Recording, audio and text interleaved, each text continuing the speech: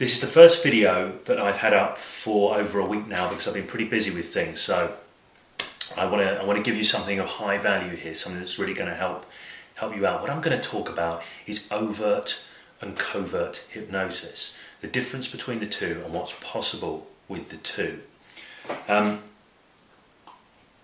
You have to excuse me, my voice is a bit hoarse because I'm on my lunch break at the moment from teaching NLP practitioners. So I've been coaching people, explaining stuff all morning, and it's hitting the voice a little bit there now.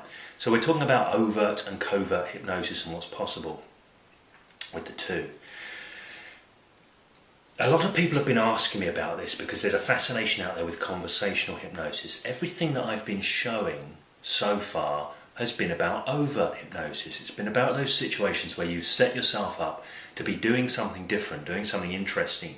You've explained to somebody either you're going to do hypnosis, you're going to do an experiment that demonstrates the power of the mind, you're going to show them something with energy if they believe in that. Whatever it is, you're setting a frame, you're setting a context, you're setting that big because, and then you're going through a process that's obviously different from an everyday conversation. So in that sense, it's overt, it's obvious. This is the type of hypnosis we've been looking at, but the hypnosis without trance model, that idea of the hypnotic loop and everything that goes with it, can equally guide you in doing conversational hypnosis or covert hypnosis. Now, covert hypnosis is where there's been no announcement that you're doing anything unusual, no announcement that you're doing anything different. You're just apparently, ostensibly, having a chat with somebody.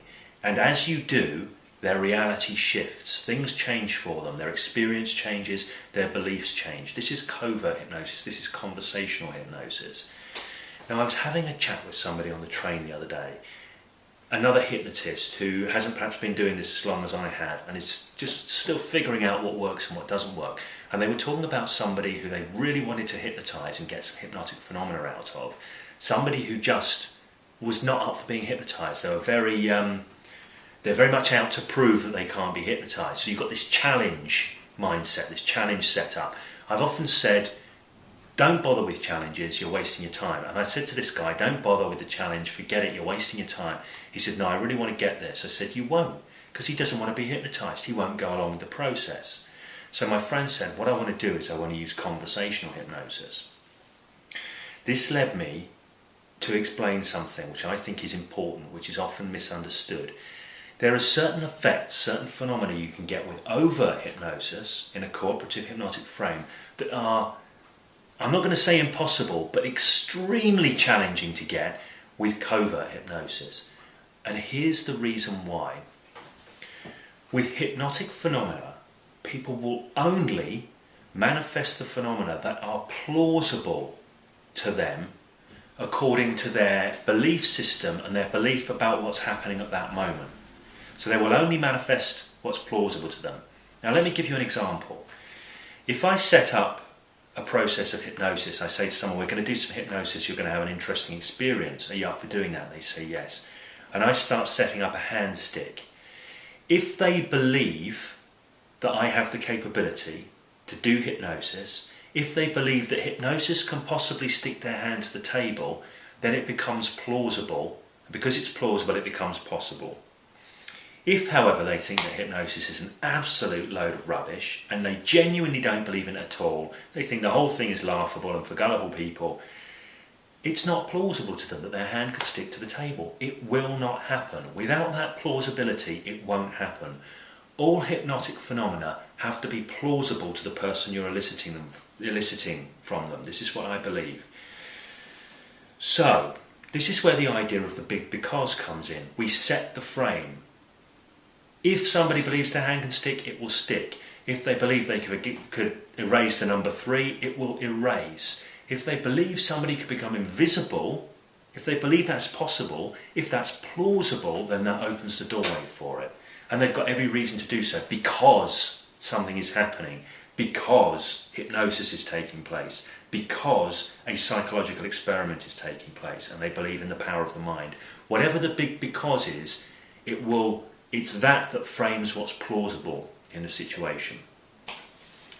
Now think about covert hypnosis, conversational hypnosis. You can still set up hypnotic loops, But if you try and set up a hypnotic loop whereby someone's hand's stuck to the table conversationally, if they haven't recognised anything's unusual going on, it's highly unlikely that their hand will stick, because it's not likely to be plausible to them that it can. Why should your hand stick just because you're having a chat with somebody? They haven't said they're a hypnotist, they haven't given you any reason for it. So even if you set up the loop, without the frame, without the because, without the thing that sets the plausibility, it won't happen. Now here's a different position. If conversationally you wanted to lead somebody into a particular state of mind, say the state of feeling good, where they actually felt a really good sensation in their body, that isn't implausible. People feel feelings all the time just in the course of their day, so that their feelings can shift is something quite natural to them. You don't need a big because, you don't need a big overt frame. Another thing might be a new idea or a new belief forming in somebody's mind. That kind of thing happens all the time, every day. So a suggestion, an idea that you want somebody to entertain, can be implanted via conversational hypnosis very easily. There's no reason why it shouldn't. It's absolutely plausible by their map of the world or by their map of what's happening at the moment. So do you get the difference in that? Why should I suddenly hallucinate a puppy on a table just because someone's chatting to me?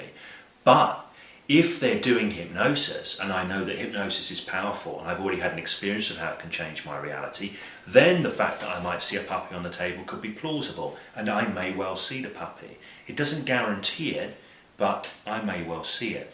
So that's the idea. And here's the strengths and weaknesses. You can do covert hypnosis, conversational hypnosis, in a load of settings, in a load of contexts where it will be unacceptable and inappropriate to do overt hypnosis. However, you are less likely to get very powerful and very unusual hypnotic phenomena. You'll only get the kind of hypnotic phenomena that people would accept in everyday life anyway. Oh, and that might include amnesia. Amnesia is quite easy to get with conversational hypnosis because people are so used to forgetting things all the time. Everyone's had that experience of trying to remember something, and the harder you try, the harder it is to recall. That's easy to do conversationally. But people don't generally hallucinate in the course of their everyday lives. If they did, you could probably set up a hallucination easily with covert hypnosis. I hope that makes sense. So the strengths of overt hypnosis is you can get much more powerful phenomena. The weakness is people need to choose to cooperate. They can step outside of it. They can resist it more easily. The strength of conversational hypnosis, of covert hypnosis, is that people find it much more difficult to resist because they don't know it's going on. But the weakness of it is that you can't get hypnotic phenomena that are so far outside of their regular notions of reality. That's worth being aware of, because a lot of people mix the two up and think that whatever you can do with one, you can do with the other, but you can't. If you master both types of hypnosis, then you will have a very useful, very powerful tool set that you can use to enhance your life, enhance the lives of others, or even just have fun with. At some point I'd like to talk more about conversational hypnosis, how it relates to that stuff. I hope now that that's been a useful insight for you. Please consider it, make of it what you will. You may disagree with it. If you do, let me know. There's the comments feature on the blog. I always welcome comments and love to hear from you. Thank you very much indeed, and I look forward to seeing you on the next video.